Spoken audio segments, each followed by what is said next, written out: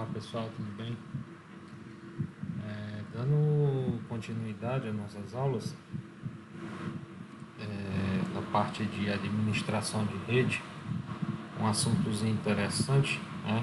E aí no final da aula vocês vão produzir um texto sobre o assunto, certo? Que deve ser respondido, certo? Lá na opção da pergunta, ok? É, Plano de segurança. Quem trabalha como técnico de redes, né,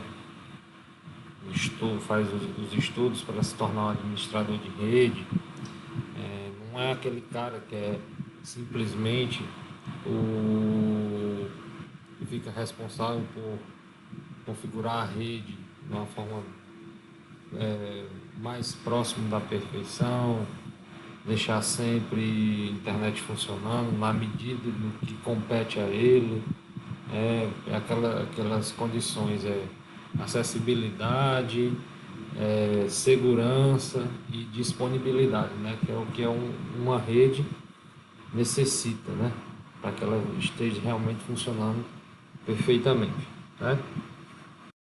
Esse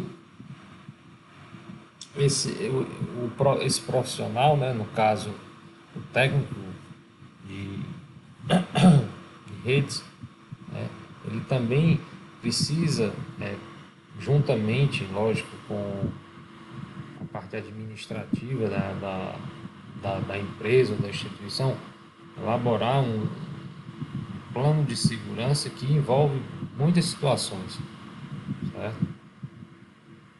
Na qual ele vai entrar com as orientações necessárias para que a rede, no ambiente lá, empresarial, ou corporativo, ou institucional,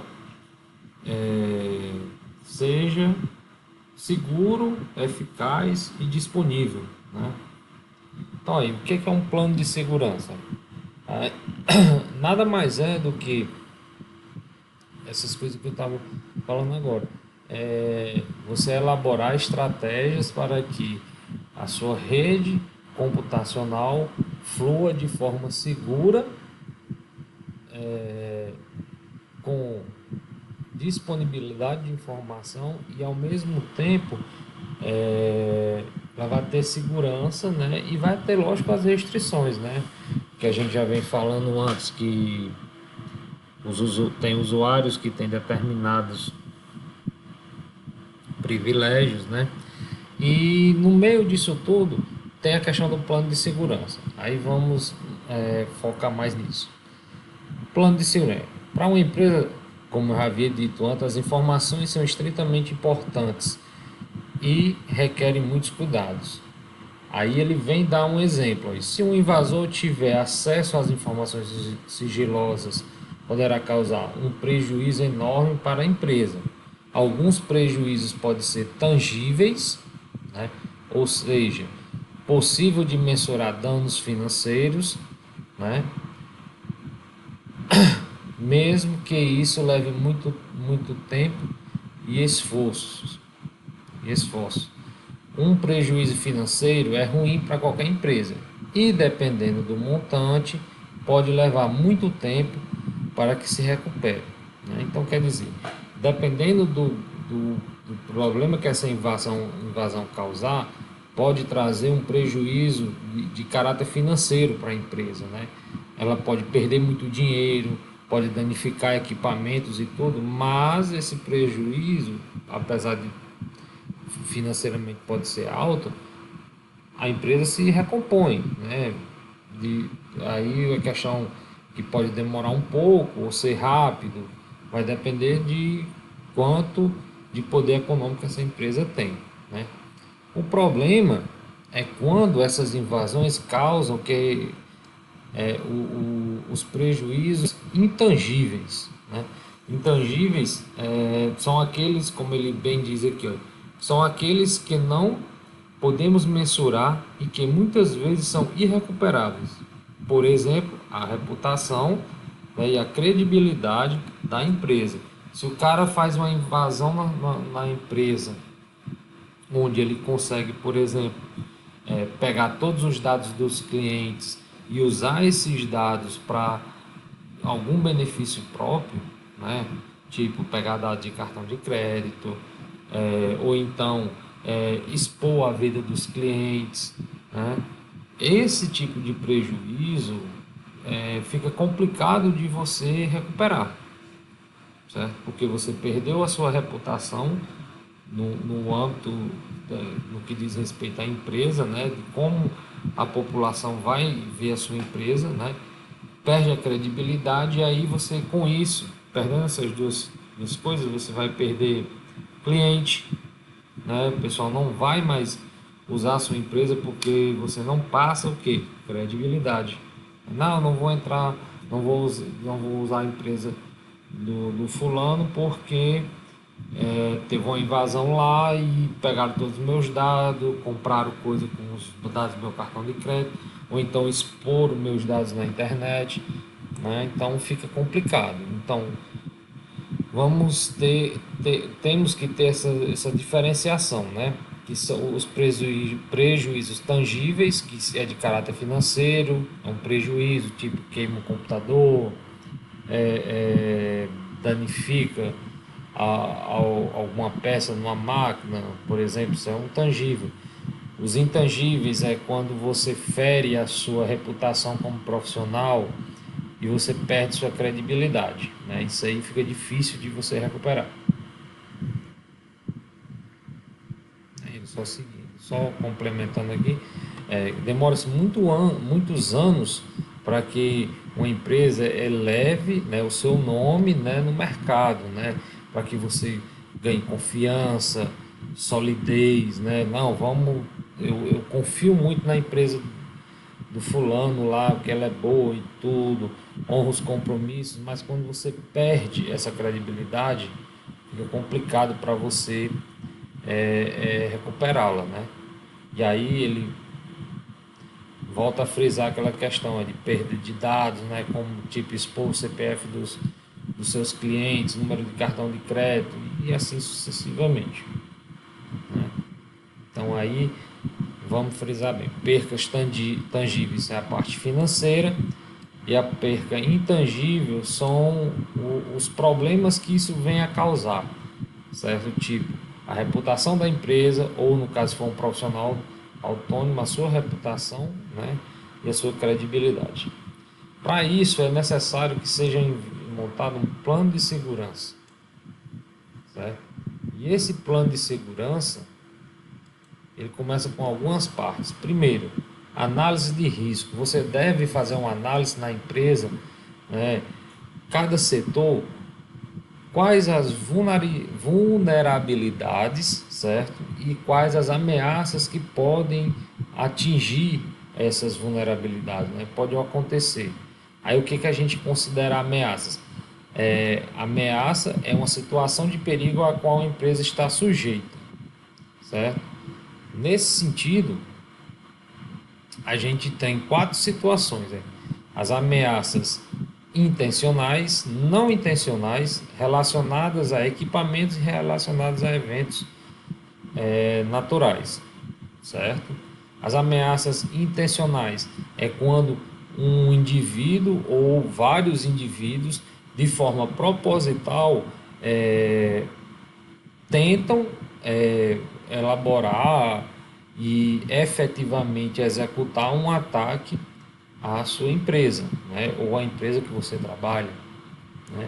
Então, elas têm a intenção de invadir o seu sistema para que possam retrair alguma informação, certo? Ou roubar, sei lá, dados de cartão de crédito, que também se caracteriza como roubo de informação, para ter alguma vantagem com isso.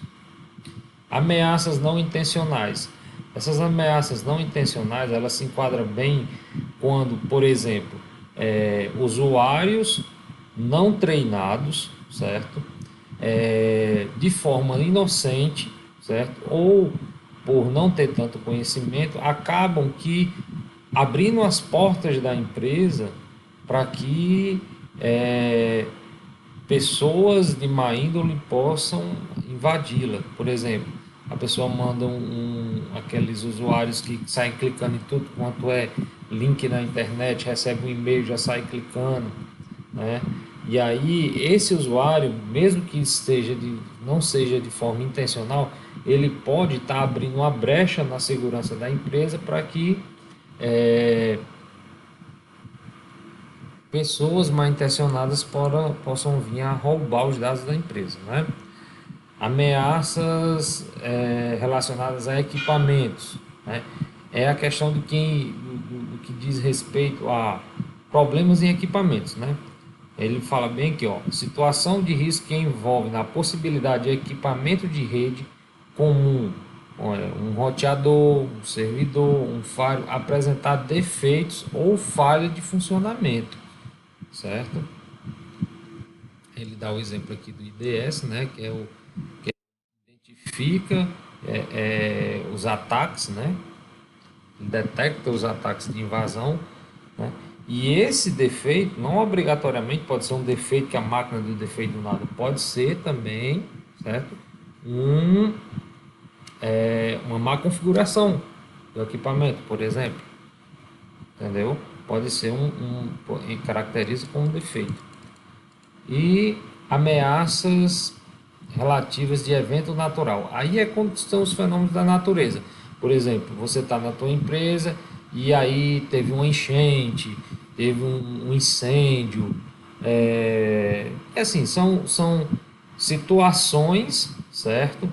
Que envolvem, certo? Eventos naturais. Uma ventania muito grande, aí cai uma árvore, e, sei lá, em cima do prédio lá e justamente na sala onde estava o CPD da empresa, tem uma enchente, aconteceu um terremoto. Então, assim, são situações que você, como profissional da área de rede, deve antever, né, deve prever que possivelmente possa acontecer. E isso, lógico, que você vai, vamos dizer assim, fazer os ajustes do plano de segurança com base no grau de importância e tamanho da empresa, né? Você não vai pegar uma empresa que tem 5 computadores e fazer uma mega estrutura de proteção sem que haja a devida necessidade, né? Isso aí a gente está falando num âmbito geral, global, certo?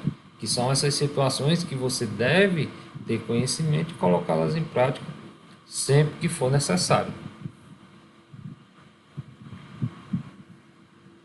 E aí as vulnerabilidades, né?